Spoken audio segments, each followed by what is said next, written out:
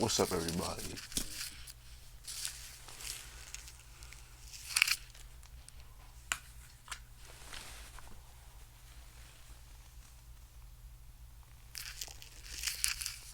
It's gonna be a pretty entertaining day today.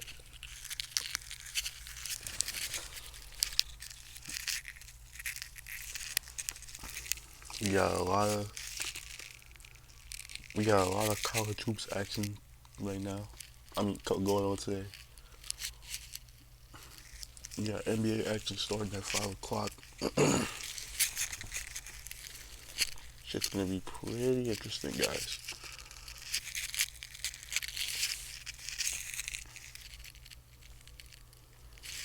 Our high noon matchups are Providence to Villanova, which you can catch on Fox. Penn State, 16 Penn State and 18 Iowa on Big Ten Network. Texas against 22 Texas Tech on ESPN at 1:30 on CBS. Kansas visit Kansas State at 2 p.m. ESPN.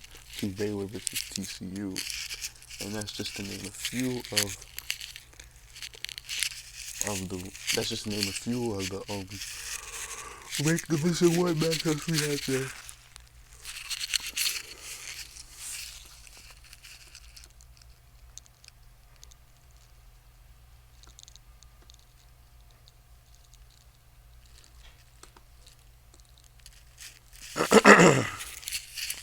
Clear my throat real quick. As far as the women's, we got Illinois visiting 14 Northwestern at 2 o'clock. At that same time, University of North Dakota is visiting 20 South Dakota at 3 o'clock on ESPN 3. UConn, 6 UConn is visiting rival Houston. 5 o'clock, 11 Gonzaga. 11 Gonzaga is visiting Portland.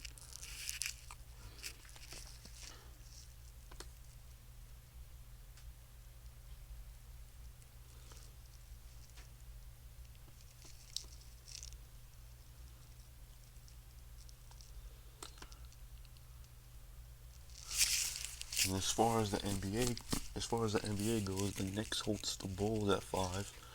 That'll be on MSG 7:30. The Trailblazers visit the Hawks. The Miami Heat host the Brooklyn Nets at 7:30. That's gonna be on Yes Network. The Pacers and the Cavaliers 8 o'clock. The Lakers face the Grizzlies 8 o'clock. 8:30 on ABC. The Rockets and the Celtics. 8:30 on League Pass, the Magic and Spurs, and 9 o'clock on League Pass, the Warriors and the Suns.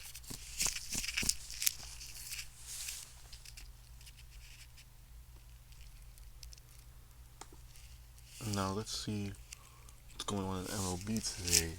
The Mets visit the Astros 1 o'clock. 1:05. At that same time, you have the Nationals visiting the St. Louis Cardinals. The Miami Marlins visiting the Baltimore Orioles. The Yankees visit the Red Sox. The Yankees visit the Red Sox.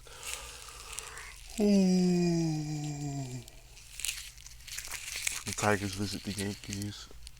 The Phillies visit the Blue Jays. The Phillies visit the Blue Jays at 1:07. 3:05. You have Indians visiting the Athletics. Diamondbacks and the Dodgers. The Diamondbacks and the Dodgers. Angels and the Giants. White Sox visit the Rangers. The Padres visit the Reds. 3:10. Kansas City Royals visit the Seattle Mariners. The LA Dodgers visit the Rockies at the same time. 4:05. It's another Indians and Athletics matchup. Going into the evening at 6:05. The Braves take on the Rays. The Braves take on the Rays. And last MLB game for tonight. Hold on, I think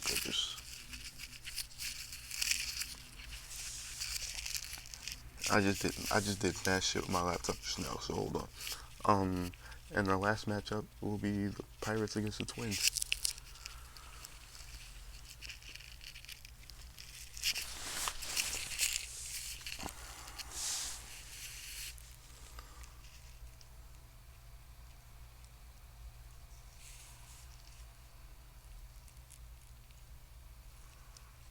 What do we have?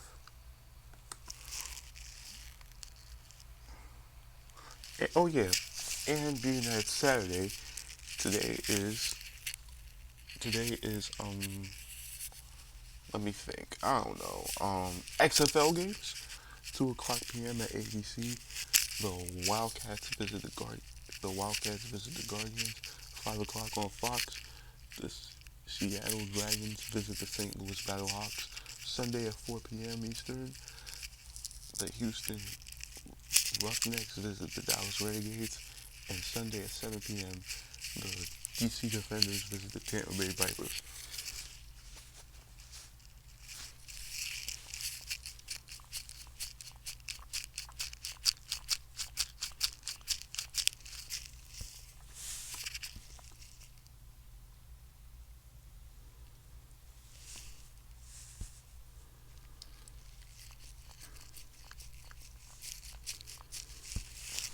Now,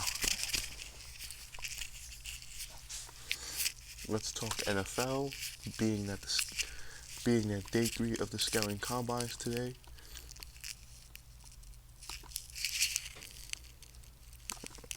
Let's just look at the combine.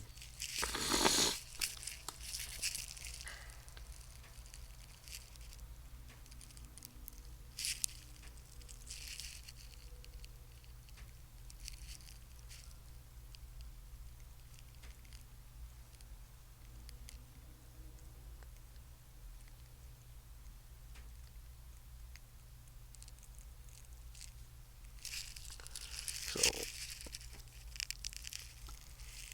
today we're gonna look at defensive linemen and linebackers for the combine, and tomorrow we're gonna look at defensive backs.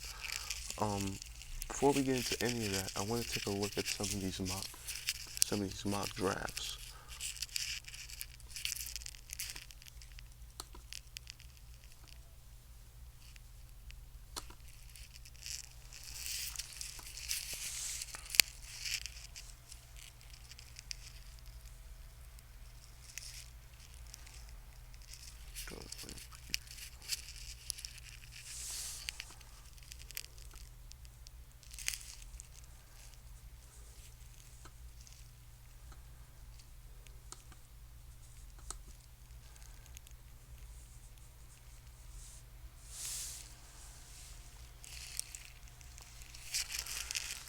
So this is Buck's mock draft. He selects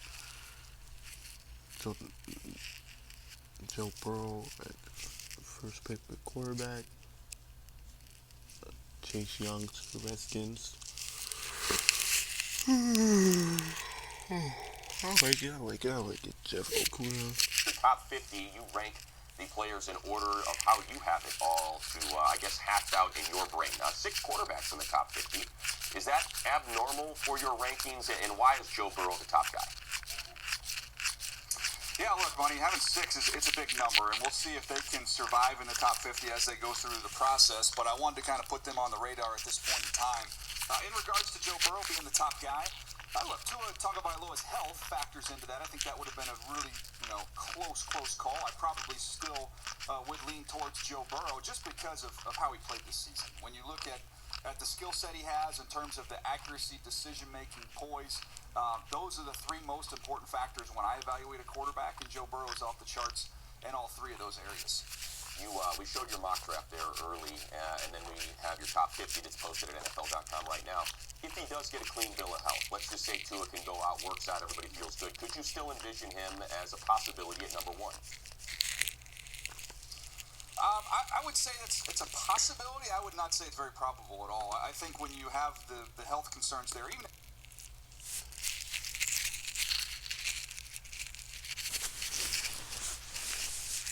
So let's talk about Tua Tagovailoa. Let's just talk Tua real quick. 463 for a small coffee. Yeah, What's the 560? it's just the extra fees. What? It's a berry injection fee, ginger peeling fee, tomato ripening fee. A stacking fee? Get out of here. You know this has hibiscus. Yeah. Hibiscus fee. What are the extra fees for? Take the fees off. Most people just pay the fee. I'm not most people. I'm smarter than this.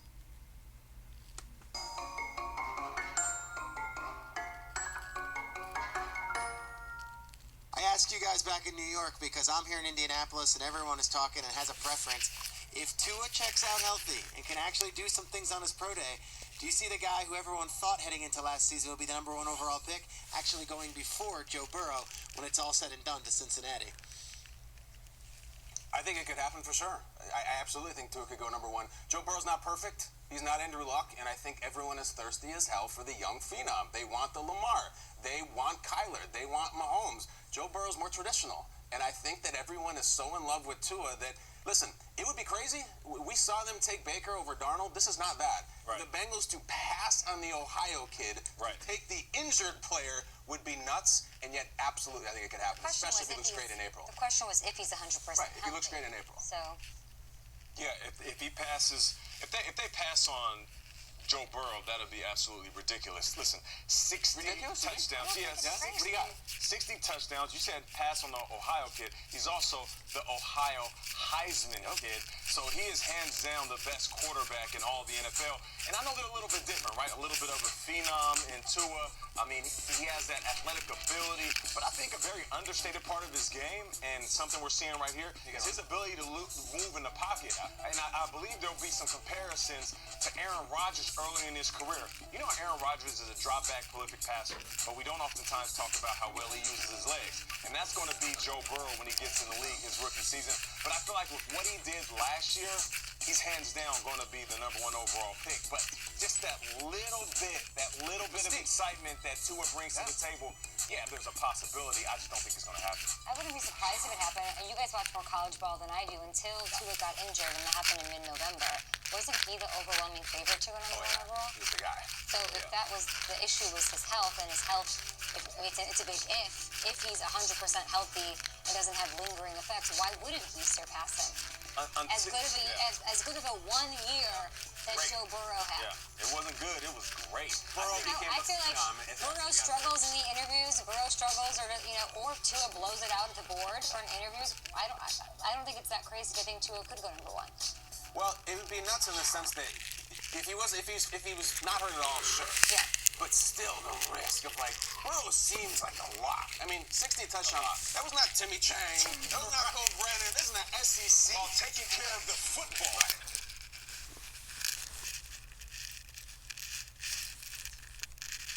one of the best in the draft. Well, at this moment, I do feel like Tua shouldn't be taken number 1. No, not by the Bengals, anyways.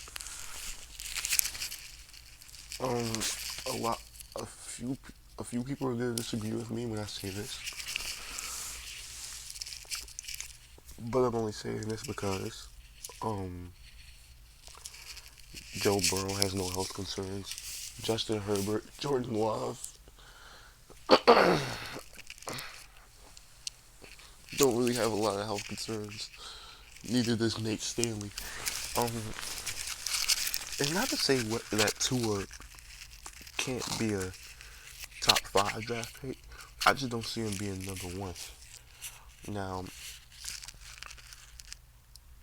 this article written by Lance Sirline, 2020 NFL Draft, Tua's most likely landing spot. Front runners for Tua are the Dolphins and the Lions. So whenever we talked about the Dolphins, and I've said this before, it's been tank for Tua all year long. And if the Dolphins don't get him, it's gonna be like this whole flop of a season was just for nothing, just to have a high draft pick. High draft pick. They could get someone who might wind up having a better career, but and I don't think it's ideal for any NFL franchise to say we're gonna tank to just get this one guy from the NCAA. But if the Dolphins think that Tua is the right direction for them, it's the right direction. I don't think it's the only direction for them, but hey, it's the Dolphins. The Lions, they just need a new, fresh, talented quarterback and a new offense. Period. I feel like the Lions just need whoever they pick the quarterback. They need to not revolve the team around him, but just put him in a system or put him in a situation where he can succeed. I feel like the Lions do everything for players, but ensure their success. You know, you always talk about Calvin Johnson and Barry Sanders and how they were some of the greatest players in NFL history, but always got held back or pushed back. And how, they could barely win playoff games and stuff like that. I feel like the player that the Lions pick up, they want to, no matter what position, the Lions should want to make them a winner. And if not, and if the Lions' mission isn't to win, they could easily trade their high draft pick for draft picks in the future or for any other player that they want right now. But I'm telling you now.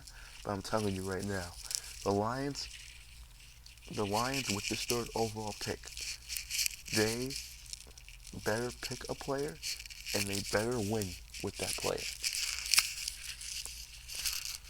And I don't know. And the Lions do have a higher pick than the Dolphins, so if Tua isn't picked at first or second, the Lions could easily make that decision at third, or the Dolphins could call them and say, listen, we really don't want you to take Tua. How about we make a deal and it's deal da da da. But then it's kind of like begging if the Lions don't really take Tua. It's crazy. It's crazy. But I think the Lions, if they want a quarterback, there's other options. I'm not saying Tua has to be the guy. Like, there's other quarterbacks you can pick, obviously. Viable trade-up teams. The Chargers could trade up from the number 6 pick, and the Panthers could trade from the number 7th pick to get Tua. The Panthers, it seems like maybe they would want a quarterback, but I feel like everybody's forgetting that Kyle Allen had a good season, and I think they might want to stick with Kyle Allen or see how that Cam Newton situation works. The Panthers already have 2 quarterback situations to work with. I don't think they will want a third, especially coming from the draft. The Chargers, they're looking to get rid of Phillip Rivers. I think they should absolutely look into drafting Tua or drafting the QB if they want Phillip Rivers gone, because Phillip Rivers is a good player. It's just that for so many years, I'm not going to say he hasn't had the right help, but for so many years the Chargers have been undercoached and undervalued, and Anthony Lynn is getting them on the right track. I just feel like Phillip Rivers isn't the issue, but if Phillip Rivers says, but the minute Phillip Rivers says, I want to go, you gotta have a plan B, and that's probably what the Chargers want. Tua to me seems like the guy you pick in the NFL to start now. Doesn't really seem to me much like the guy that you pick now to show him what the veteran does, or the guy you pick now to learn. I mean, sometimes it works out that way. I mean, look at Rodgers and Favre, but a lot of GMs don't believe in that. Put one quarterback behind the other philosophy, like that what happened with Rodgers and Favre, or what happened with Brady and Garoppolo, if you will, or what happened with Joe Montana, what happened with Steve Young and Joe Montana. You know,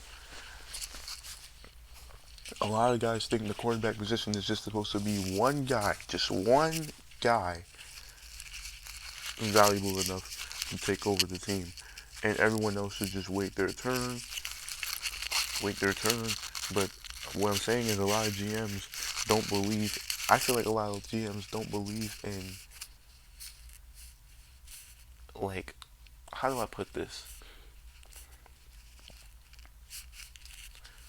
They don't feel like, they feel like those Roger Favre days and those Montana Steve Young days, like, they feel like they're way ahead of that now. That they could just, you know, they should just be able to get a quarterback. Like with Dak Prescott.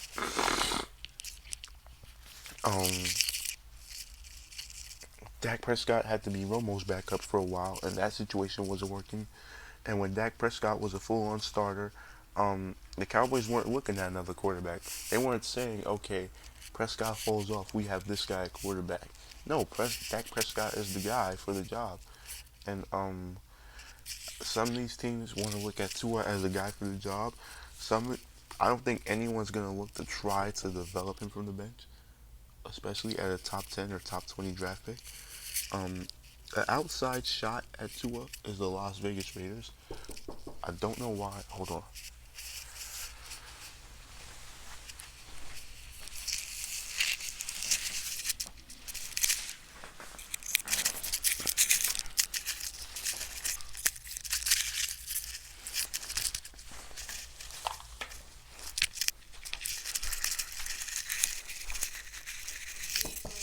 Uh-huh.